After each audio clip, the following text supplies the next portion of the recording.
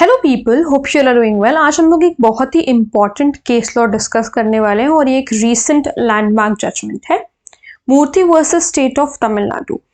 ये बेस्ड है कन्फेशन के ऊपर, या more precisely speaking extra judicial confession के ऊपर। Husband was suspicious of an illicit relationship between his wife and another man. Husband को जो है शक था अपनी वाइफ पर कि उसका कोई अवैध संबंध है किसी दूसरे मर्द के साथ। The appellant reportedly attacked his wife with a stick, causing fatal injuries that ultimately led to her to death. ऐसा रिपोर्ट आया कि उसने अपीलांट कौन है, इसने जो है कोर्ट में अपील करी हुई है, ठीक है, अपने डिसीजन को लेकर के जो उसको कन्विक्ट कर दिया गया था सेशन कोर्ट में और हाई कोर्ट में, तो इसने सुप्रीम कोर्ट में अपील करी। रिपोर्टेडली ये पता चला कि उसने अपनी वाइफ को स्टिक से अटैक किया, जिसकी वजह से उसको फेटल इंजरीज हुई, जिससे उसकी डेथ हो गई। एविडेंसेस क्या क्या अवेलेबल थे? एक्स्ट्रा जुडिशियल कन्फेशन, उसने एक्स्ट्रा जुडिशियल कन्फेशन किया था, ठीक है, given to village administrative officer, a total stranger to the accused, in front of one more person known to the accused. क्या हुआ कि उसने एक्स्ट्रा जुडिशियल कन्फेशन किया था। एक्स्ट्रा जुडिशियल कन्फेशन अगर हम दूसरे किसी वर्ड से पहचानना चाहें तो हम क्या कहेंगे? Informal confession. भाई फॉर्मल कन्फेशन तो होता है जो वो कोर्ट में होता है, लेकिन अगर हम कोर्ट के बाहर कोई कन्फेशन कर रहे हैं तो उसे एक्स्ट्रा जुडिशियल या फिर इनफॉर्मल कन्फेशन भी कहते हैं।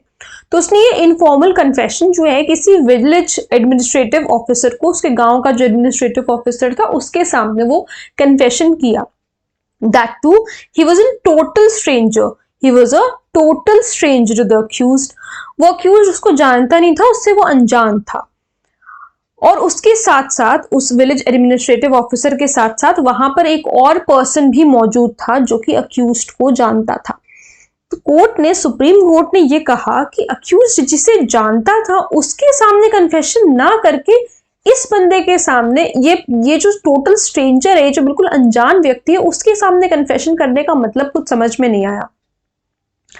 और वो भी कन्फेशन जो हुआ, वो जब इंसिडेंट ये वाला हुआ, ये वाइफ को मारने वाला, उसकी डेथ हो गई, उसके 2 महीने बाद कन्फेशन हो रहा है।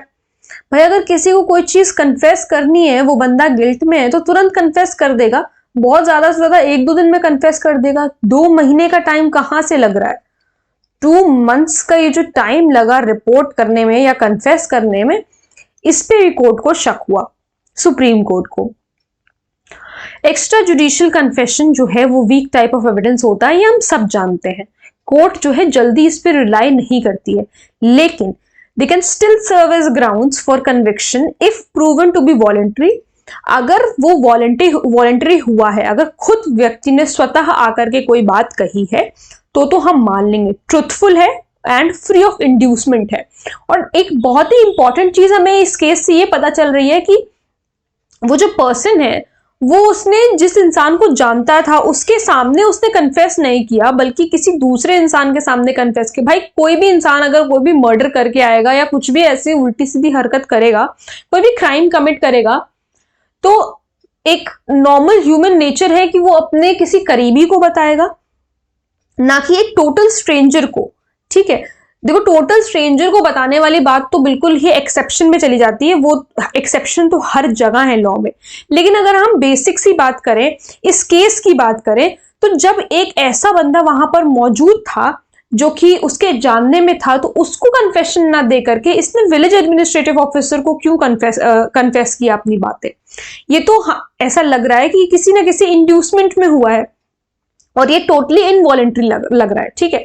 सेशन और हाई कोर्ट ने इसको कन्विक्ट किया मर्डर के लिए और पनिशमेंट दिया लाइफ इम्प्रिजनमेंट के लिए। इसी के बाद जब इसका कन्विक्शन यहाँ पर सेशन और हाई कोर्ट में हो गया, तो उसने फिर सुप्रीम कोर्ट में अपील करी। अब सुप्रीम कोर्ट ने डिस्पेरेंसीज इन एविडेंस के बारे में बात करी, मतलब कि क्या कमी है एविडेंस में। Lack of a verified thumb impression, जो थंब इम्प्रेशन है स्टिक के ऊपर, ये वेरीफाइड है नहीं है, इससे ये लैक हो रहा है, इससे कुछ पता नहीं चल रहा। The delay in reporting to police, police को रिपोर्ट करने में इतना डिले हुआ, इतना समय लगा।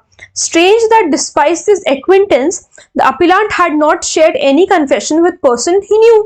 वही मैंने आपसे कहा ना कि ये एक्विंटेंस यहाँ पे शेयर कर रहा है इस पर्सन के साथ जो उसको जानता है, उसके साथ ना शेयर करके अपनी बात कि उसने अपनी वाइफ को मार दिया स्टिक से, मतलब उसने अपनी वाइफ को स्टिक से इतना मारा कि उसकी डेथ हो गई, ये चीज उससे ना शेयर करके वो एक ऐसे इंसान के को बता रहा है जो कि उससे बिल्कुल अनजान है।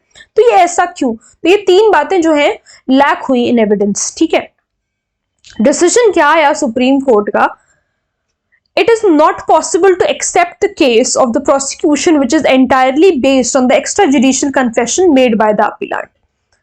सुप्रीम कोर्ट ने कहा कि हम इस केस को एक्सेप्ट नहीं कर सकते हैं, इस प्रोसिक्यूशन के केस को हम इसलिए एक्सेप्ट नहीं करेंगे क्योंकि ये जो केस है टोटली एक्स्ट्रा जुडिशियल कन्फेशन पर बेस्ड है और कोई भी हमारे पास एविडेंस है ही नहीं, कोई भी लीगल एविडेंस नहीं है जिससे हम रिकॉर्ड कर सके कन्विक्ट का अपीलांट का कन्विक्शन। कोई भी ऐसा लीगल एविडेंस नहीं है भाई। यहाँ पर हम देख रहे हैं ना, कोर्ट ने ऑब्जर्व किया कि कोई वेरीफाइड थंब इंप्रेशन का लैक है, रिपोर्ट पुलिस को रिपोर्ट करने का में इतना डिले, ये स्ट्रेंजर से क्यों बात कर रहा है, स्ट्रेंजर को क्यों कन्फेशन दे रहा है भाई, वो जिसको जानता है उसको कन्फेशन दे जा करके।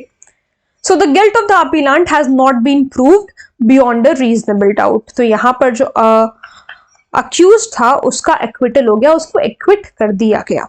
ठीक है, सो आई होप आप लोगों को समझ में आया होगा। I hope I am very clear. ये बहुत ही इंपॉर्टेंट केस लॉ है, अभी रिसेंट केस लॉ है, तो इसलिए जानना बहुत ज्यादा जरूरी है। I hope you found this video helpful. अगर कोई प्रॉब्लम है, कोई डाउट है तो please let me know in the comment section. और अगर आप लोग इस टॉपिक पे वीडियो देखना चाहते हैं तो वो भी प्लीज मुझे जरूर बताइएगा। Thank you so much.